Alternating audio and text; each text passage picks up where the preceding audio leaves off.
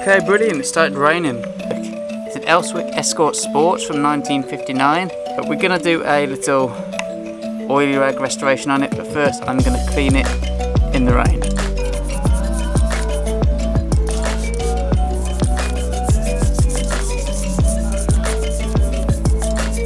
Okay, I'm sorry, but this just isn't working. This bike is just too dirty to clean down before I strip it, so yeah, I'm going to strip it down. That was a lot of cleaning. I've just spent hours, but it was worth it.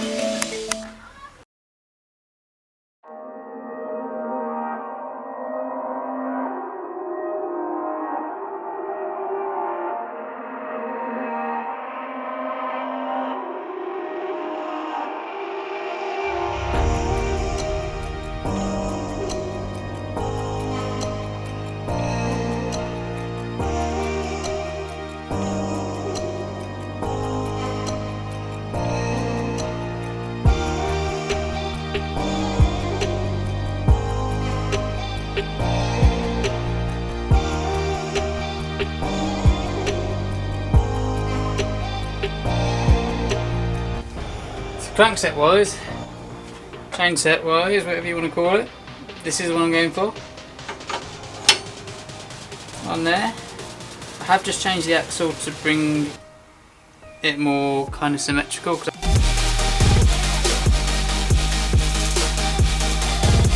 Pedals, but looking at the brochure, looking at the old catalogue, it should have come with something like this. These are Brampton rat traps. There's the Brook saddle. It's just a professional, no, it's competition one that I had lying around.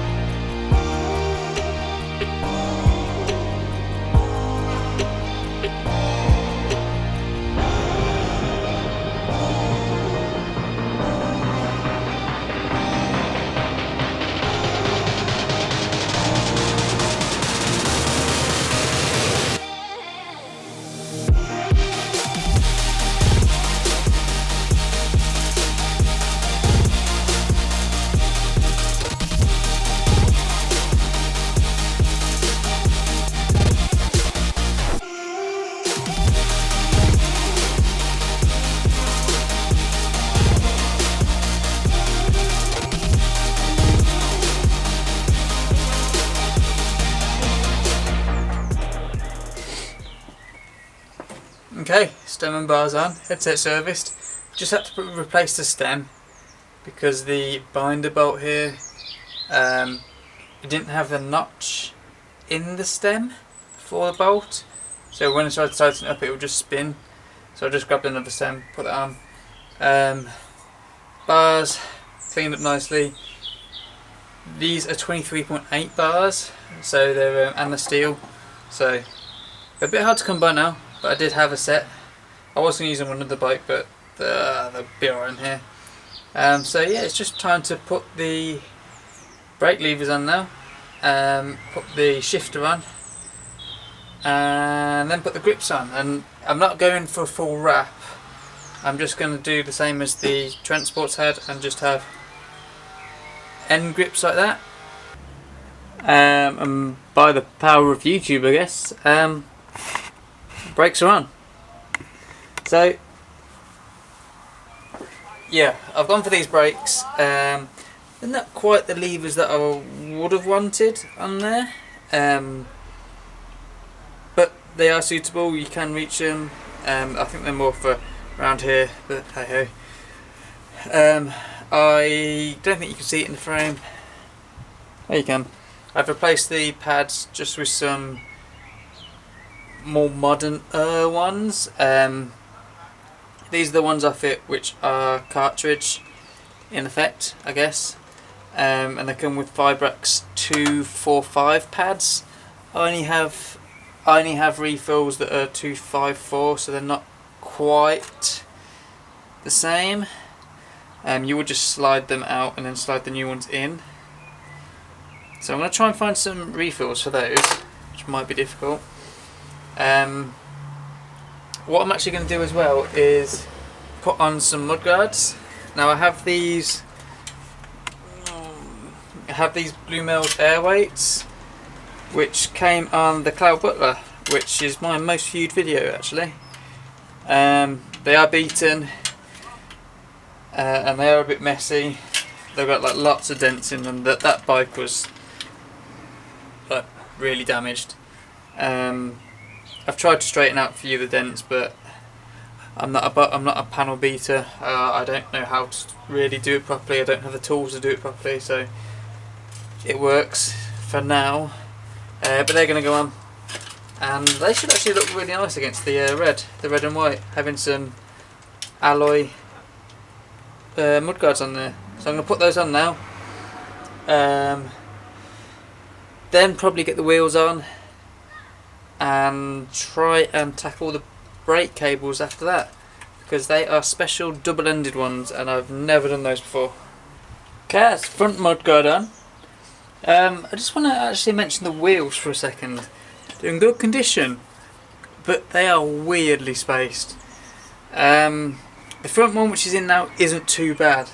It's, well, both wheels are replacements, which I think I said at the beginning of the video. But the front wheel has 2 extra washers per side to space it out to fit. It's 26 by 1 3/8 instead of a 26 by 1 1/4. That shouldn't be too much trouble. And it's decent condition. I'll service it. But this one's not really the problem one. This is the rear mudguard, by the way. It is a bit battered there. Got a nice big reflector that I've put on. But anyway, problem with the rear wheel is this. So the frame spacing. This is the rear wheel going in. Just watch the spacing for a second. I hope it's going to show.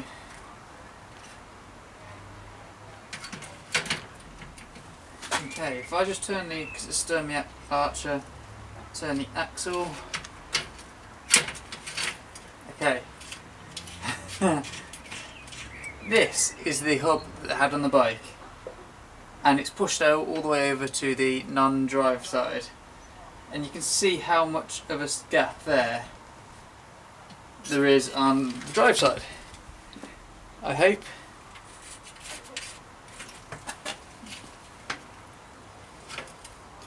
There's about, I don't know, 10 mil gap there.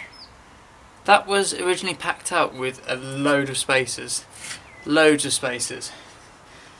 it just doesn't seem right. I mean, I've checked spacing and it's 118, which is slightly wider than a Sturmy Archer should be, but still, that hub just doesn't sit right with me. So I've grabbed one of my spare wheels. No idea where this has come from. And if we put this in, which is original, it has the slotted washers as well, which the Sturmy Archer is meant to have. There we go. If I push it all the way over to the non-drive side and loosen off the nuts, by the way, there's about a 5 mil gap there, which if I tighten the nuts up is completely fine. As it sits in the drop house like that, that is so much better. It sits centrally. The rim is actually nice. It's a different pattern, and the hub's slightly older. It's a 73 AW rather than like a, what was this one? An 84. So it's 11 years younger. But I think I'm going to go with this wheel. I'm going to put a tyre on, put a tube on, but go for that. And I'm going to change the nut here, so it's got the long one on with the indicator window. Yeah, I'm gonna have to investigate because I have no idea what is wrong with that rear wheel. It's strange. Okay, we're on. We're on now. We could actually in fact, I could probably actually ride it right now. The front brake kind of works with the old cable. Rear brake doesn't. It's too stretched. But yeah, wheels on. Let me just stop that. Ow, ow, ow, ow. Okay, can't stop it like that. There we go. Yeah, wheels on, chains on. Ideally it could do with being like 2 links longer, so I might put a new one on. But it's actually in good condition. It's actually quite a new chain. But yeah, cables now. Let's see how this works. So these old calipers from the 50s, they have double-ended cables. I mean, what you can see here is a little clamp arm.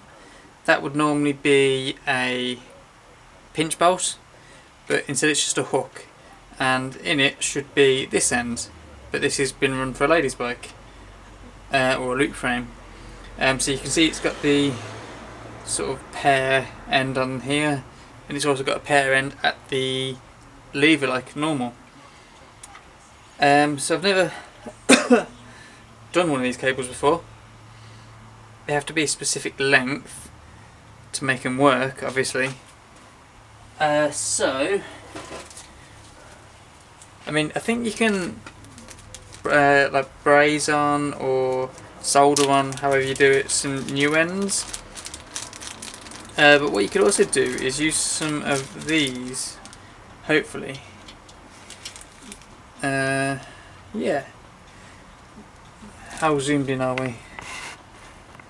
Okay, let's go there. So this is a little cable stop. It's basically just going to let the cable run through the middle there, and it has a small Allen key there, which will pinch the cable. I'm hoping that it will go into there and stay in place, because then I can run the cable along, and I don't know, I just hope it stays in place. Now this is it. Whoop. This is the other end of the cable that was in the shifter. So you can see it's more of a pear end, but it's also been soldered on to the tip. So it looks like they've put a little collar on and then soldered / welded the end shut so the cable can't come out.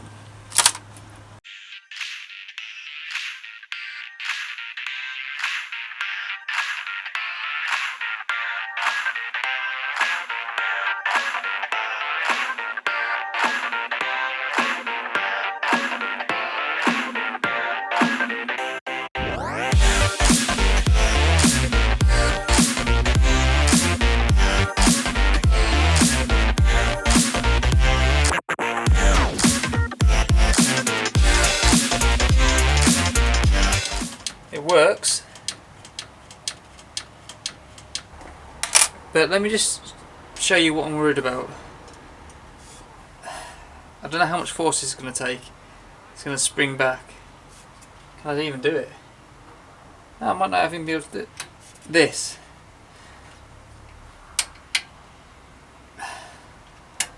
Well, I guess it's quick release. There we go.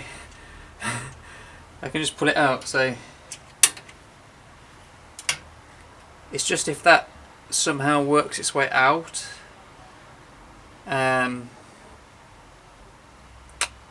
Yeah. Okay, so I think I've cracked it. I think. I have adjusted the rear slightly by... Well, my original thought was to drill out the calipers, because they have a little recess, they have a larger recess on the bottom than the top, so where the pear would sit. So my original thought was to drill them out so it would accept the new ones. But then what I've just ended up doing is just filing them down instead of 7mm, they're now 6mm. So now they fit up inside, and it should stop them popping out. So I'm just going to do this front cable now, just to see. It's tucked up nicely in there now.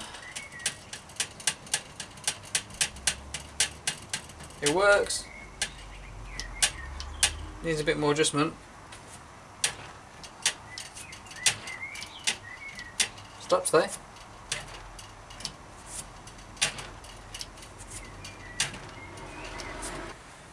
Okay, so it's just the sternum arch left now.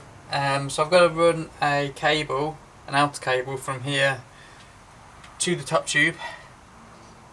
And then it's just inner cable for the rest of it, because it will run around the pulley and down to the end. Hello, cat. Hello. Hello. I've just made a friend. Out the garage, come on.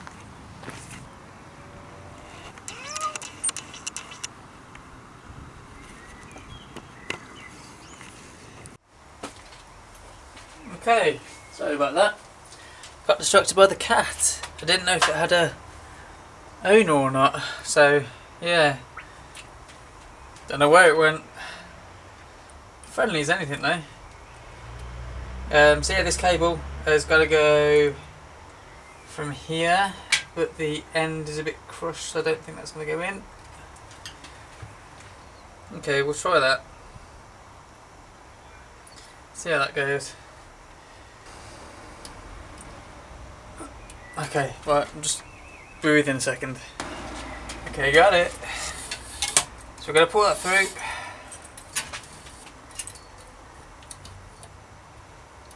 That's got a hook in there, and then we're going to put it into neutral, because that's where we want to do all the adjustments from. Should be there. Sorted. So I'm just going to spin the bike round, because we're going to need to see the other side. Okay, so if I remember rightly, we've just got to feed the cable around this pulley, which will help just guide it. And then we've got to come down to the back here, where we've got just about enough cable, but we're going to put this new attachment on, which will attach to the toggle chain. And God, I've got to remember how to do this. Basically, we've just got to set it into neutral, so where the indicator, let me just get it into gear. There we go. The end of the indicator is just a mil past the end. When it's fully out, it will be in low, I believe. Yep. When it's just about at the end, it's going to be in neutral. When it's all the way in, it's going to be in high.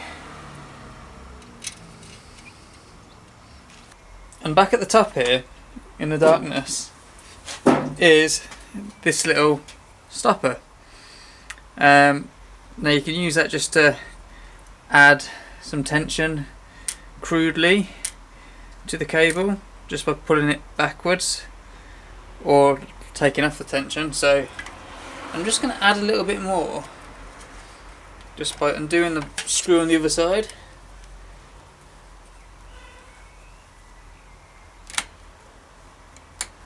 Just taking the tension up a little, just a little bit,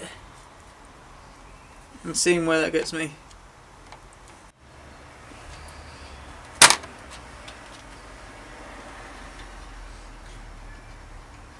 Should have probably put this a bit further down, really. I mean, a bit further up. I got it the wrong way around, didn't I?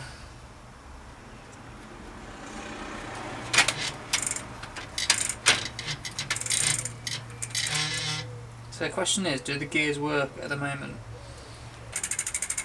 Okay, that's in high at the moment.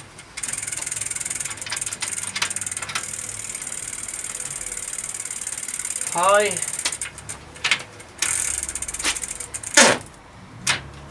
we do have some drive.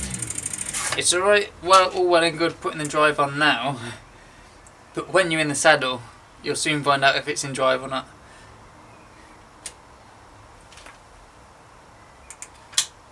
That's in neutral.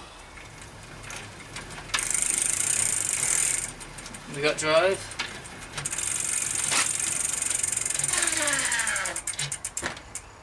And come out a bit more.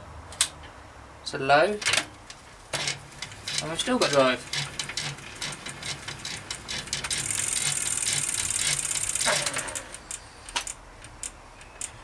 So it might be alright. A test ride will find out.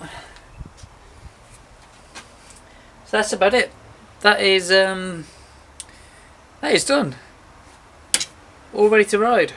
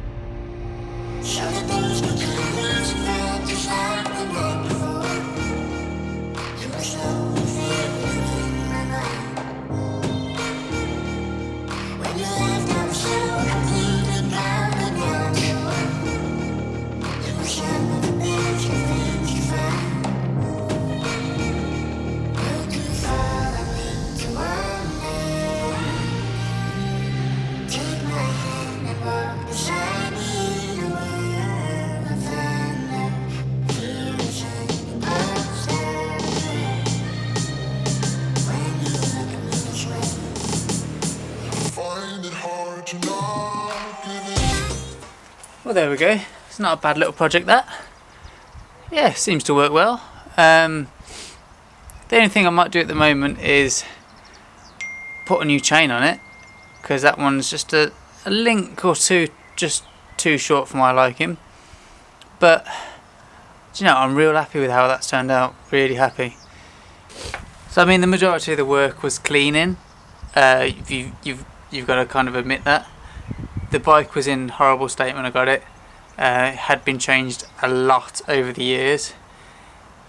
I do believe it is 59. I do believe it is, just judging by the serial number. So we've put it back to that 59 look, which the Escort Sport should have. Switched out the town bars, the riser bars that were on it, and the twist shift for the drop bars and the Sturmiacha shifter. We have also switched out the brake calipers for the double-ended calipers of the 50s. Crankset and the pedals got switched out. It did have a Norman set on there with some rubber pedals, and I've just put a set on there, a crankset on there from the 80s, I think. It looks similar of the time, but it is like just a replica, more modern replica. But the pedals are 50s Brampton pedals. The Brook saddle, that's just gone on. It would have come with something similar. And the mudguards, they've also been an addition because it came with two mismatching ones. It wouldn't have had the alloy ones, but I think they look really good on it, even though they are a bit battered. To finish it off, I used some braided cable, so it looks a bit more authentic. Kept it nice and loopy, so there's no tight corners on there. And I've also stuck a pump on there, which I forgot to mention, and I've just put my saddlebag back on there for the moment, because if I ride it in a Roika, I'll ride it with that saddlebag. But yeah, very happy with it. Downsides, clearly, the paintwork being rubbed away in a lot of places. Like, ideally you'd want to completely restore it, and I know there are some people that say that I shouldn't call this a restoration, but it's gone from a completely messed up bike to a pretty original bike. So I'd call that a restoration, like an oily rag restoration. But the paintwork polished up so nice. I'm so happy with it. Yeah, but I think I'm going to stop rambling now.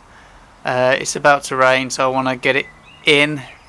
Just one more point, I really like the lugs. I know they're not fancy, and like arrow-tailed, arrow-headed and what have you, but I just really like the cutaway lugs on these old bikes, and the dropouts, real nice.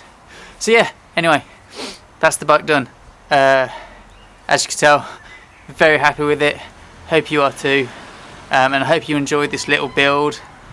If you're at Roika this year, leave a comment down below so I know you're there. Might meet up with a few people. I'll be on the ride on the Sunday and probably on the Twilight ride on the Friday night as well. So yeah, keep your eye out. But as for this video, like it if you did, dislike it if you didn't. If you didn't like it, leave a comment why. Comment, subscribe, all that jazz that you'd say on YouTube, and I'll catch you in the next video. Oh, and as for the next video, here's a little sneak.